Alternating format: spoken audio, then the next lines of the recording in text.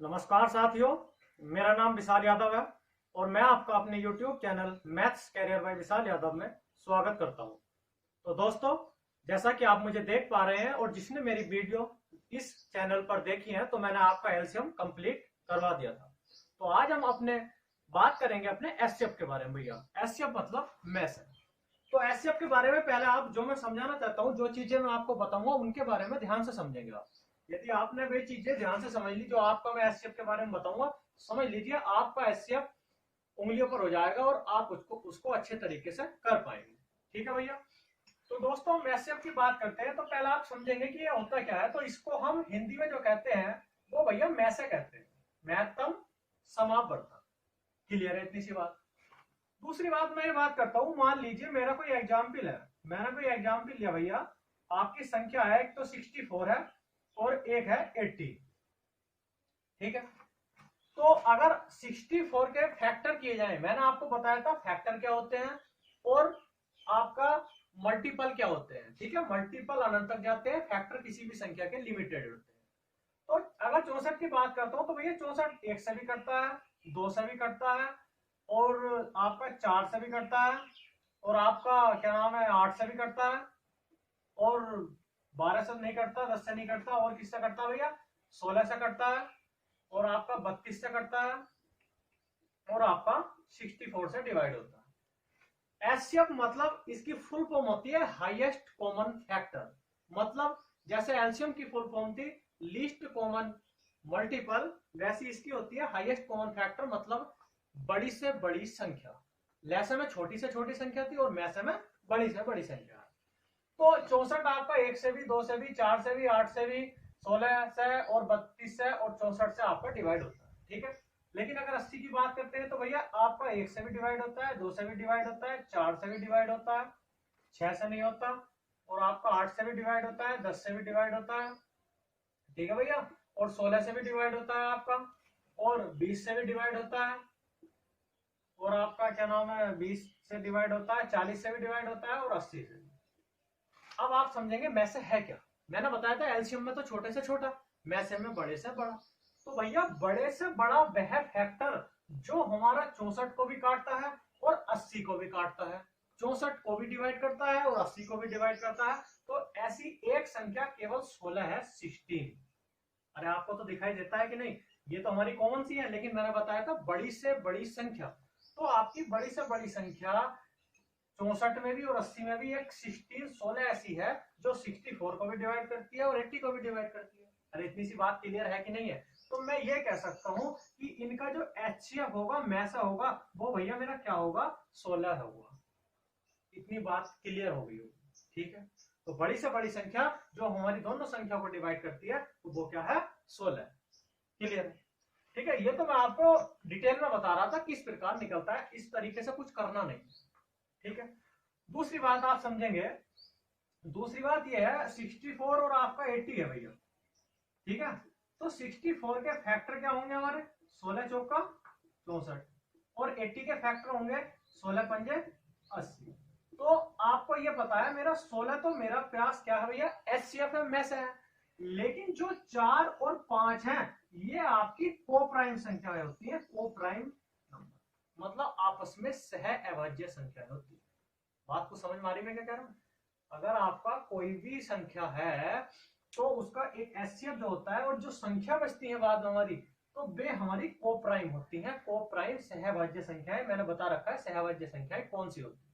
तो 4 और 5 मेरे पास क्या हो गई को प्राइम हो गई और को प्राइम संख्या का एचसीएफ हमेशा कितना होता है 1 होता है। को प्राइम संख्या का एचसीएफ कितना होगा दोस्तों, वो 1 होगा। इतनी सी बात क्लियर है। या आप ऐसा कह सकते हैं कि मान लीजिए मेरी कोई दो संख्या है एच एक्स और एच वाई। अरे आपकी जो संख्या होंगी तो उसमें मैसा होगा कि नहीं होगा। तो मेरी कोई संख्या है एच एक्स और एच वाई, तो मेरे पास एच तो इसका एचसीएफ है मैसा है। लेकिन जो एक्स और वाई होते हैं ये भैया आपके को प्राइम नंबर्स होते हैं, को प्राइम संख्याएं होती है। इतनी बात क्लियर होगी होगी।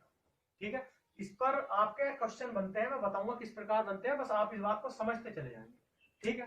तो मैं पहले तो बताऊंगा आपको किस प्रकार हम मैसेज निकाल सकते हैं, किस किस विधि से निकाल सकते हैं, उसके बाद इसके बारे में कुछ बताऊंगा, उसके बाद उस पर क्वेश्चन करेंगे। ठीक है।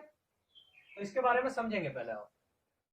तो दोस्तों आपके सामने मैं बताना चाहता हूं पहले कि किस किस विधि से हम अपना मैथ ज्ञात कर सकते हैं। ठीक है, तो एचसीएफ भैया हम 3 विधि से ज्ञात कर सकते हैं। ठीक है, लेकिन लास्ट में एक चीज जो बताऊंगा मैं आपको, ज्ञात उसी से करना है। ठीक है, तो पहले मैं 3 विधि समझेंगे। मान लीजिए मेरा कोई एग्जाम्पल है, और मेरा एग्जाम्पल भैया एक तो आपका 48 है, एक आपका 72 है, और आपका 108 है। ठीक है भैया, तो 48 के अगर आपको फैक्टर करने के लिए कहा जाए तो 16 के 48 मतलब 2 की पावर 4 गुणा आपका 3। तो पहला जो मेरा है prime factorization method, prime factorization method है पहला मेरा जो मेथड है मैसे निकालने का। ठीक है, तो 16 मैंने एग्जाम्पल ले लिए 48, 72, 108।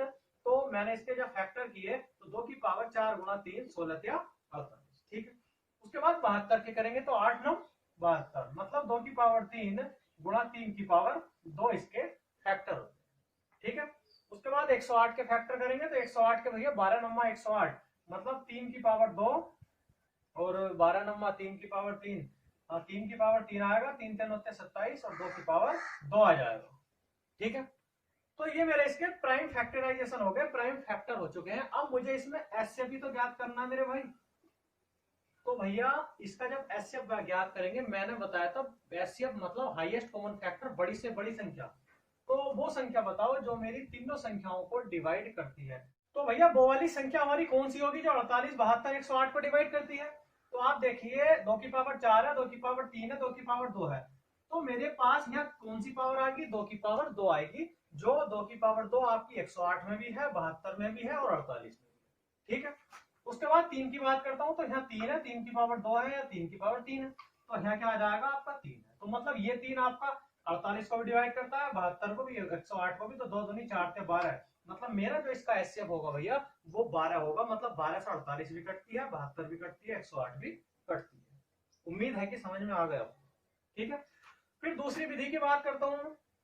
तो दूसरी विधि मेरे पास होती है long division method, long division method. ठीक है भैया, तो पहली थी मेरे पास प्राइम फैक्टराइजेशन मेथड, दूसरी है लॉन्ग डिवीजन मेथड। तो लॉन्ग डिवीजन मेथड की भैया मैं बात करता हूं तो इसमें मैंने कोई 2 एग्जाम्पल ले लिए।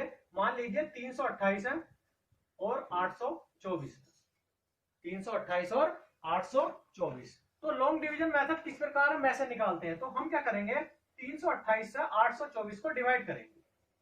ठीक है, तो 328 से कितनी बार जाएगा? 2 बार जाएगा। 2 अट्ठे 16 का 86 ले, 2 दूनी 4 और 1 5 और 2 दिया 6। ठीक है, तो हासिल ले लिया, 2 में से 1, 14 में से 6 गए 8, बचा 1, 11 में से 5 गए 6, यहाँ भैया कितना बचा हमारे पास? 7, 7 में 6 गए 1, तो 168 बचा। अब 168 से किसे डिवाइड करेंगे? फिर जिससे हमने भाग दिया था, तो 328 को डिवाइड करेंगे। 168 से 328 को डिवाइड करेंगे तो 168 से काटेंगे, कितनी बार जाएगा? 150 दूनी 300 और 18 दूनी 36, 2 बार ज्यादा हो जाएगा, एक ही बार जाएगा। तो 168 ही करना, 168, 8 में से 8 गए 0, 12 में से 6 गए 6 और 2 में से 1 गए 160। ठीक है भैया, उसके बाद 160 से फिर 168 को भाग दे देंगे तो एक बार जाएगा, 160 ही करना, 160, 8 बचा, और 8 से 160 को भाग देंगे तो 8 दूनी 16 मतलब 20 बार जाएगा। तो हमारे पास ये संख्या क्या किससे कटी? लास्ट जो भाग आपका भाजक है वो क्या है? 8। तो मतलब मैं ये कह सकता हूं इसका जो एचसीएफ होगा वो भैया मेरा कितना होगा? वो 8 होगा। ये होता है आपका लॉन्ग डिवीजन मेथड, जिसको हम भाग विधि से ज्ञात करते हैं। लेकिन जो बात मैं बताना आप चाह रहा हूं उसको ध्यान से समझेंगे, वो कोई बताता नहीं है। तो जो आपके इसमें सक्सेसिव, इसमें आपके सक्सेसिव क्वेश्चन होते हैं, आपके सक्सेसिव क्वेश्चन मतलब क्रमागत भागफल। तो जो आपके क्रमागत भागफल है भैया वो ये होते हैं, इस पर क्वेश्चन बनता है, आप इस बात को ध्यान से करें। सक्सेसिव क्वेश्चन क्रमागत भागफल जो होते हैं वो आपके ये होते हैं 2 1 1 20। बात समझ रहे हैं? तो इस बात को कोई नहीं बताता। अगर आप अभी मैं क्वेश्चन बताऊंगा इस पर करवाऊंगा तो ध्यान से समझ लेंगे। अंतिम जो भाजक है वो मेरा क्या है? अंतिम भाजक 8 है, लेकिन क्रमागत जो भागफल है वो कितने हैं? 2 1 1 20। तो ये भैया मेरे क्रमागत भागफल हो गए। तो इस बात को आप ध्यान से रखेंगे, ये मेरे क्रमागत भागफल होते हैं, ये अंतिम भाजक होता है। इस पर मैं भी आपको क्वेश्चन करवाऊंगा। तो ये है मेरा लॉन्ग डिवीजन मेथड। अब एक और बचता है आपका, वो है भैया डिफरेंस मेथड। उससे और हम एचसीएफ ज्ञात करते हैं। ठीक है, उसको और समझेंगे आप। तो दोस्तों डिफरेंस मेथड की यदि मैं बात करता हूं तो तीसरा मेरा क्या है, डिफरेंस मेथड। मैंने अभी आपको एक बात बताई थी, ध्यान से समझ लेंगे। मैंने बताया था मेरे पास दो संख्याएं हैं, एक तो एच एक्स है और एक एच वाई। मैंने बताया था इसमें जो आपका एचसीएफ है वो क्या है, एच है। लेकिन जो आपकी एक्स वाई है, जो आपकी एक्स वाई है वो भैया क्या है, वो मेरी को प्राइम संख्या होती है, सह अभाज्य संख्या। ठीक है। दूसरी बात, अगर मैं आपसे कहता हूं कि इन संख्याओं का डिफरेंस बताओ, तो भैया आपका आंसर होगा एच एक्स माइनस वाई। ध्यान से समझेंगे मैं क्या कह रहा हूं। डिफरेंस यदि मैं इन संख्याओं का आपसे पूछता हूं तो आपका आंसर होगा एच, कॉमन ले लेंगे और ब्रैकेट में x माइनस वाई। क्या ये आंसर आपका होगा, इन संख्याओं का जो डिफरेंस होगा वो एच एक्स माइनस होगा कि नहीं होगा? आप बोलोगे सर होगा। ठीक है, इतने में तो भैया किसी को कोई डाउट होगा नहीं। ठीक है, तो एच एक्स माइनस वाई हमारा डिफरेंस हो गया। मैं जो बताना चाह रहा हूं उसको समझें। मैं ये कहना चाहता हूं, अगर आपकी संख्याओं का डिफरेंस एक के बराबर है, जो मेरी को प्राइम संख्या है, आपका एच कॉमन है, एच क्या है, एचसीएफ है, लेकिन जो एक्स वाई संख्या है वो आपकी को प्राइम संख्या होती है ना। अभी इसका क्वेश्चन कराऊंगा, पता चल जाएगा। तो एक्स वाई आपकी को प्राइम है, लेकिन अगर मेरा जो उन संख्या के को प्राइम सह अभाज्य संख्याओं का अंतर एक के बराबर है, 1 के इक्वल है, तो डायरेक्ट आपका एचसीएफ वही होता है, difference of two number. Difference of two number. नई बात समझे? कहने का मतलब है, अगर मेरी जो को प्राइम संख्या सहभाज्य संख्याएं होंगी, उनका डिफरेंस एक के इक्वल है, 1 के बराबर है, तो डायरेक्ट आपका एचसीएफ होता है। हमें ये नहीं देखना फिर 1 के इक्वल है क्या है, डायरेक्ट आपका जो एचसीएफ होगा वो डिफरेंस ऑफ टू नंबर्स होगा। मतलब जो भी आपका मैच होगा वो डायरेक्ट संख्याओं का अंतर होगा। इतनी बात क्लियर है। इसमें एक एग्जाम्पल समझ लेंगे, डायरेक्ट एग्जाम्पल बता रहा हूं तो आप समझ जाएंगे। मान लीजिए मेरे पास कोई संख्या है 60 और 70, तो इसका जो फैक्टर होगा 10 गुना 6 होंगे और इसके जो फैक्टर होंगे 10 गुना 7। तो भैया मेरे पास 10 क्या है, इसमें 10 तो आपका एचसीएफ है, लेकिन 6 और 7 आपके 6 और 7 को प्राइम संख्या है। तो आप एक बात बताओ, इसका जो 6 और 7 है को प्राइम संख्या है, इनका जो अंतर है 7 माइनस 6, तो भैया वो आपका 1 के इक्वल है कि नहीं है? तो x माइनस वाई 1 के इक्वल है। ठीक है, तो मैंने ये बात बताई थी, अगर उनको प्राइम का नंबर्स का जो अंतर है वो 1 के इक्वल है, तो डायरेक्ट आपका एचसीएफ उन संख्याओं का डिफरेंस होता है, डिफरेंस ऑफ टू नंबर। ठीक है, तो आपका जो इनको प्राइम का अंतर है 7 माइनस 6, ये 1 के बराबर है। इतनी बात क्लियर है? तो मैं डायरेक्ट ये भी तो कह सकता था, इसका जो एचसीएफ होगा वो 70 माइनस 60 10 होगा, और यहाँ से भी कितना एचसीएफ आया था, 10 छंग 60, 10 सत्ते 70, तो एचसीएफ कितना था, 10। ये बात बोलना चाह रहा हूं।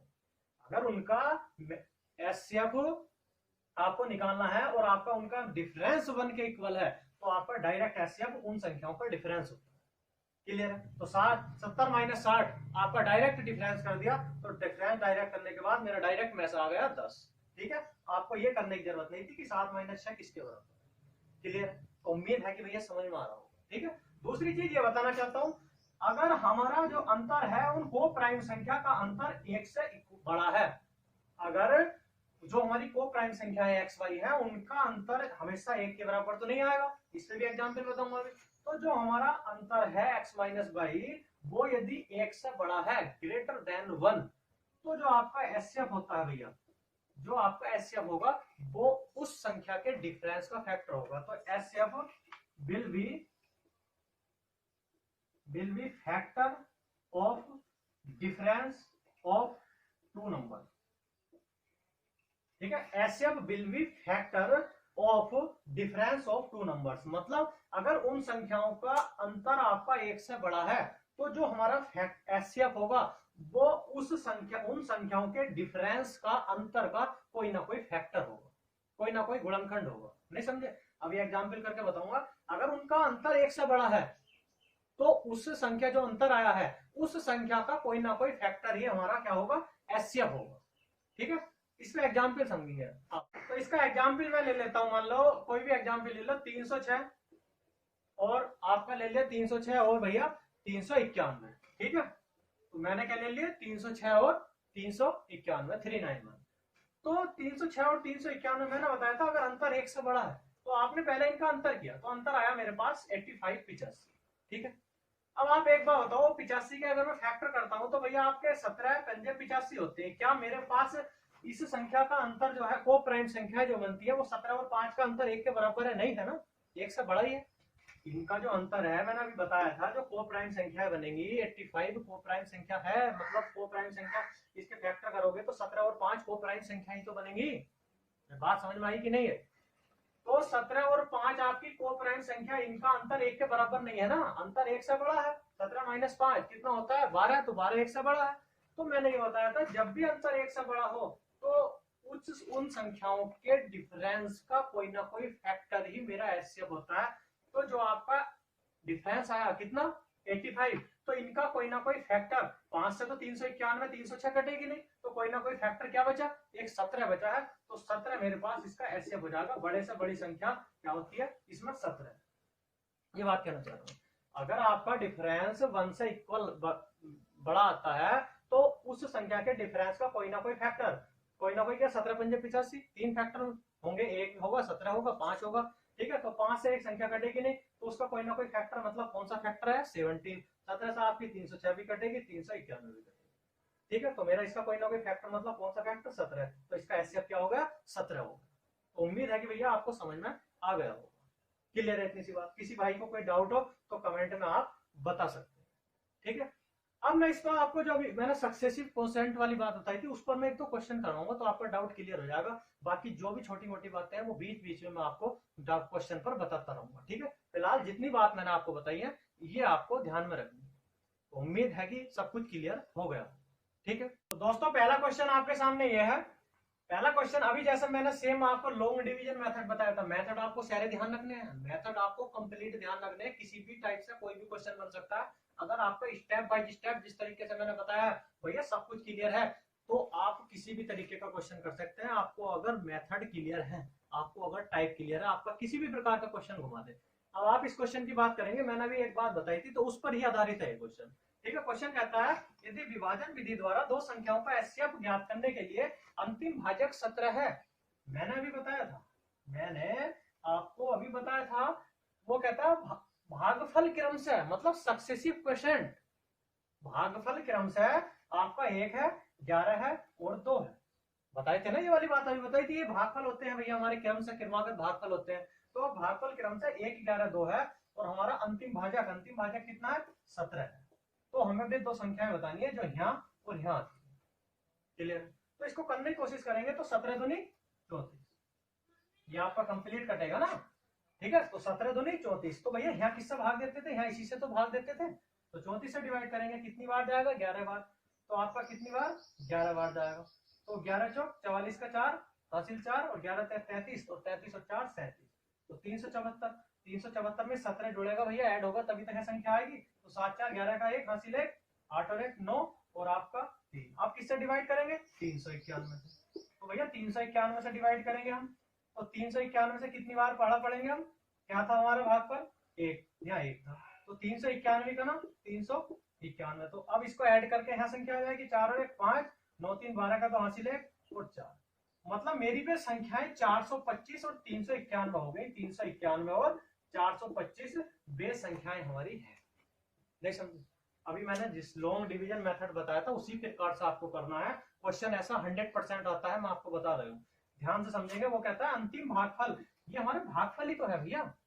अंतिम भागफल 1 11 2 है और अंतिम भाजक, सॉरी अंतिम भागफल नहीं क्रमागत भागफल, सक्सेसिव क्वोशिएंट मेरे 1 11 2 है और मेरा अंतिम जो भाजक है वो 17 है। तो 17 दूनी 34। अब यहाँ मैंने डिवाइड किससे किया था, इससे तो क्या था जिसको भाग देते हैं, तो 34 के 11 बार पढ़ोगे 374। अब यहाँ जो संख्या आएगी वो आपकी ये ऐड होगी तो आएगी, क्योंकि अगर मैं 34 से 11 को भाग देता हूँ 374 आया, अगर मैं 17 लाने लगू तो 391 में से 374 माइनस ही तो करते हैं तभी तो 17 आएगा।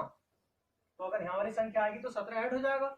तो उसके बाद आपका कितनी बार 391 से डिवाइड करोगे कितनी बार, एक बार, तो 391 और 34 ऐड कर दोगे तो 425, मतलब मेरी भी संख्या है 425 और 391।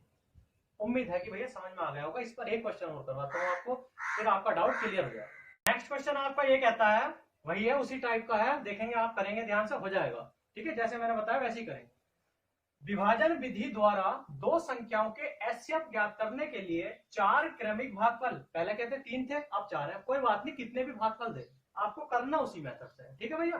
तो 4 क्रमिक भागफल क्रम से 4 3 6 5 है, तो अंतिम भाजक अगर 12 दिया है तो आपको भी संख्या बतानी है। एक बात और बता दो, मैंने तो पूछा है कि भैया संख्याएं बताओ, क्वेश्चन पूछा गया है। कभी कभी आपसे यही पूछ लेता है कि संख्याओं का योग बताओ, मतलब जो भी मेरे पास भी संख्याएं आएंगी दो, तो उनका क्या कर देंगे, ऐड कर देंगे, योग कर देंगे। तो ये आपसे एक बार पूछा गया था, शायद आया था मेंस में क्वेश्चन, कि उनका योग क्या होगा संख्याओं का, तो क्या कर देंगे, उनको ऐड कर देंगे। लेकिन पहले हमें संख्या तो ज्ञात करनी पड़ेगी। तो संख्या ज्ञात करने के लिए फिर अपना वही तरीका, ठीक है। तो भैया वो कहता है हमारे पास अंतिम भाजक कितना, 12, और आपके जो भागफल है वो कितने हैं, 4, 3, 6, 5। लिखेंगे क्रमिक, ऊपर से लिखेंगे, नीचे से नहीं लिखेंगे। कभी आप नीचे से लिखने लगो तो क्रमिक भागफल 4, 3, 6, 5। अब सोल्व कर लेंगे। तो 12 पंजे 60, तो कितनी बार जाएगा भैया, हमारा शेष तो जीरो ही बचा था ना, अब वरना शेष देता अगर ऐसा कुछ होता तो 12 पंजे 60। अब किससे डिवाइड करेंगे हम, 60, तो 6 6 36, 360 बार। अब 360 में ये 12 ऐड हो जाएगा, तो 372।